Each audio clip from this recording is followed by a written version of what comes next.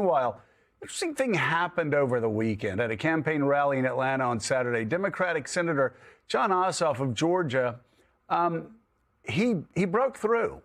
I'm surprised he broke through. This is a guy who I said when he first got elected, I was like, this guy got elected in Georgia. He looks like an extra to like Warren Beatty's Reds, right? He was like, this guy looked like he was in Warren Beatty's movies about commies, Reds, and he won. Let me tell you something. He was in midseason form yesterday, Jon Ossoff of Georgia. And in this speech that caught the attention of so many people and the crowds he's drawing, it's February, for God's sake. The crowds he's drawn in Georgia has made this guy who many people thought was going to be maybe the least likely to get reelected, suddenly a favorite. And he referenced Donald Trump's racist post, also pointed out the contrast between what the MAGA movement says it represents. And by the way, those are 4 pictures of 3 candidates. One is not like the other 2. The other 2 are Republican candidates on the top. Down below, crowds of Jon Ossoff's. Just massive crowd. But anyway, he was talking about the MAGA movement says it represents is far different than the government that's actually in power. Now, many of you are here because you just can't stand what's being done to our country. You're seeing what I'm seeing, right? The president posting about the Obamas like a Klansman at 1 a.m.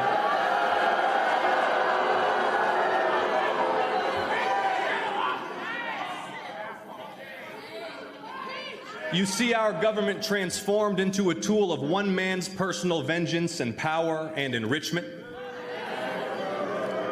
You see the president and his family rake in billions while Americans struggle to make ends meet. Now, you remember, we were told that MAGA was for working class Americans. You remember that?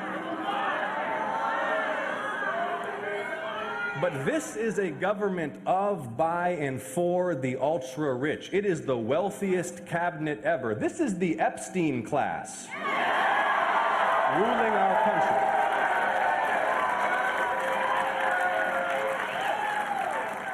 They are the elites they pretend to hate. So prices are up, jobs are going away, Medicaid and school lunches are slashed, nursing homes are getting defunded. If you're Steve Bannon and your pitch was Trump for the forgotten man and woman, how do you sell any of this? All right, so Rev, we always talk about political athletes on this show. Right. That's a political athlete right there. I don't know what he did in the offseason, but he went from being Drake May last night to Tom Brady against the Falcons. He's like, that is a sharp address. When he came through with the Epstein class, yeah. I mean, and you know, I've been a preacher all my life. That was the line. Yep, that was when the Amen Corner woke up. Yeah. Because to identify them, to make them the personification of that is going to be hard for them to undo. He did it with a classic pause. He did it right, and it identifies it because it has so many implications. It's who they were hanging out with, right, and who they're trying to cover up, and who they're trying to humiliate everybody else. Yeah. It had so many meetings. It was right down the middle. It really did. And David Drucker, I think for me at least, what made that line, the Epstein class is running the country, what made that line so powerful is that, well, it actually ends up, looks like it's true. You see the president there talking, and right behind him, there's Howard Lutnick, who said, oh, I'm so shocked and stunned that I never talked to him after 2005, and now we're finding out by the records he lived next door to him. He lived next door to him. And he took his kids down to Rape Island, I think it was. I mean, like, it just like, what, is that where they met, at the island? They have been there, yes. Yeah. Hey, I'm bringing my kids. We're gonna be and Lutnick's in the background, and you look at all the people all around him. They all seem to go back. They all seem to go back to Epstein. So it's one of these things that cuts through. I always wondered, wait, with Monica Lewinsky, I go, wait, we're impeaching him for that? I could name about 10 other things I would have impeached him for before. like selling missile technology to China, because one of his campaign contributors, wanted to sell missile technology to China.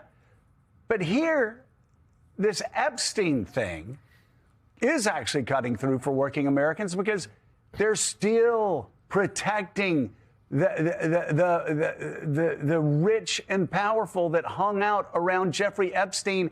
And yeah, they're members of the Epstein class that are running his government.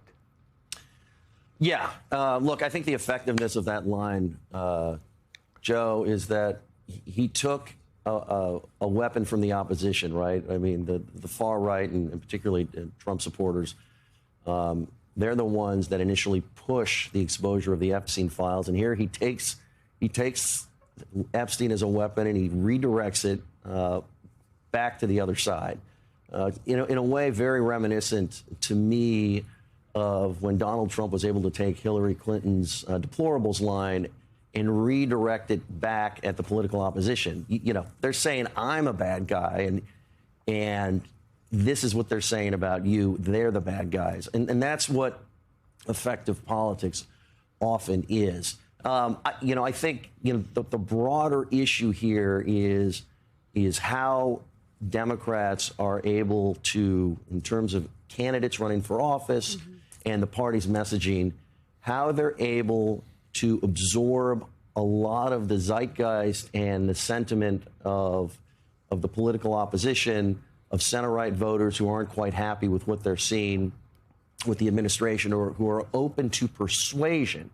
And how do you effectively persuade? And what I thought was interesting about the speech from Ossoff, who, by the way, Republicans in Georgia will tell you is a lot stronger than Republicans outside of Georgia realize. Although I have to tell you, I've agreed with you initially. I saw the guy elected, and no Democrats really had success in Georgia without Raphael Warnock's momentum, right? So there's going to be a test for Ossoff. But he's turned out to be a lot better at this than it initially thought. But the key is here, how do you persuade? So how do you criticize the president?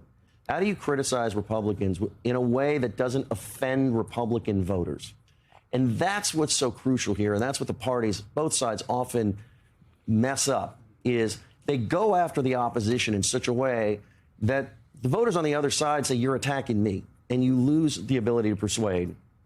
This was at least that portion of the speech that we saw, that shows an ability to persuade, because it separates the real bad actors from rank and file voters, and at least you can get a hearing. And I think that's what's so crucial about this. And particularly when you look ahead to 2028, that's what the Republican nominee is going to have to do to win. I mean, the Democratic nominee is going to have to do to win. I mean, that's what both sides have to do. But particularly looking at Democrats and recovering from 2024 beyond 26, that's going to be key. Yeah, I mean, you have to have more votes than the person you're running against. And that's going to require that some people who voted for Barack Obama and then voted for Donald Trump and then voted for Joe Biden and then voted for Donald Trump will vote for a Democrat the next time. And by simply insulting everybody that voted for Donald Trump, you're not going to win. And there are some people maybe on the far left that are offended by that. Well, too bad. That's politics.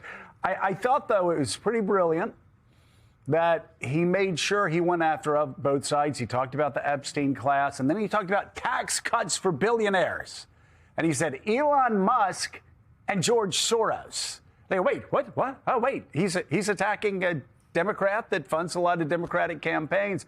And I thought even that was Ossoff saying, I'm going after both sides. I'm going after both sets of billionaires. And it was again, top to bottom. It was a pretty fantastic speech from, bluntly, a place where I didn't expect one. Yeah, I think we've come a long way in Democrats' understanding, or at least in John Ossoff's understanding, of how to go after Donald Trump without talking about a basket of deplorables, right? This was the polar opposite of that. And I thought, I noticed, like you, Joe, putting George Soros in there seemed to me pretty key as well. But John Heilemann, David Plouffe had a great piece in the New York Times the other day where he kind of laid out the map for Democrats taking on Republicans, both in the midterms and in 2028. And part of it is how you go after Donald Trump. And I think the way to do that, as we've been discussing, is without insulting Donald Trump supporters. But the other part of that is providing the roadmap for how you will do something differently that will make voters' lives better. And are we seeing enough of that second part yet from likely Democratic candidates?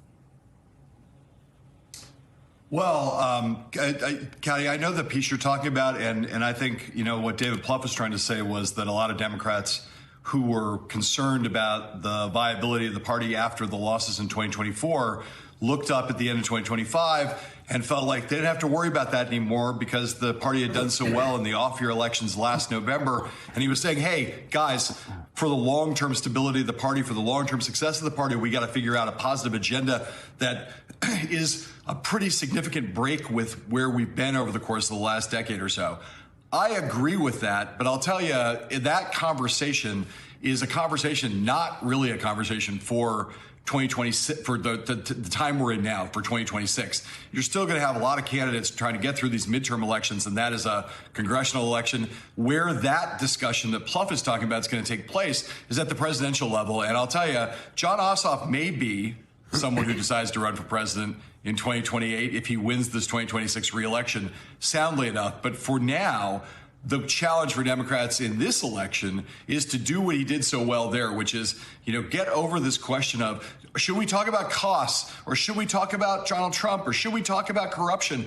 He's figured out a way to talk about costs, chaos, and corruption all at the same time, and to weave all three of those themes into a single message. I think a lot of Democrats heading into 2028 are looking to people like Jon Ossoff to figure out how you can thread all of that together and make a single push. And he's doing it about as well as anybody right now on the campaign trail in terms of trying to figure out how to prosecute that case against Trump and the Republican Party right now.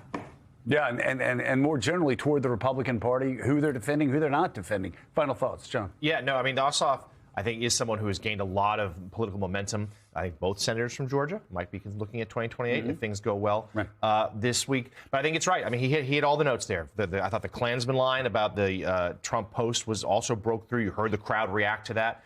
And the Epstein class line is something that's going to stick. Because I think that is. Again, because Pablo, we saw Howard Lutnick standing over Donald Trump's right shoulder.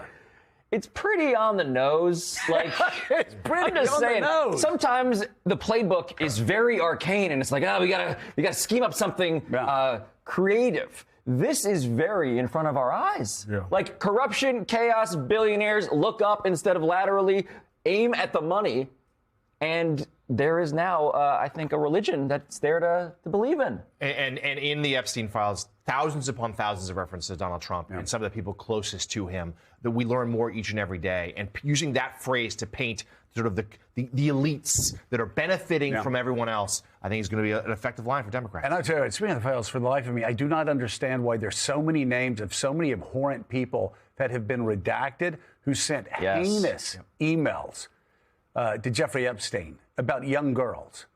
Why did the Justice Department redact those people's names? They should not be protected. None of them should be protected.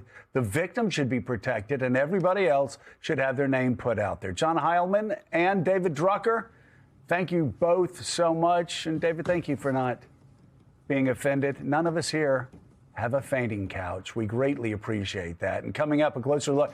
But the fainting couches that they have, they own Washington, D.C. They own the Supreme Court. They own the White House. They own Congress. They own the House. They own the Senate. And they still are feverishly building fainting couches to try to find things to be shocked and stunned and deeply saddened by, going, we're being run over. We're being ignored. They run the world, and they're still building fainting couches. They've not risen to where they are. They don't own where they are.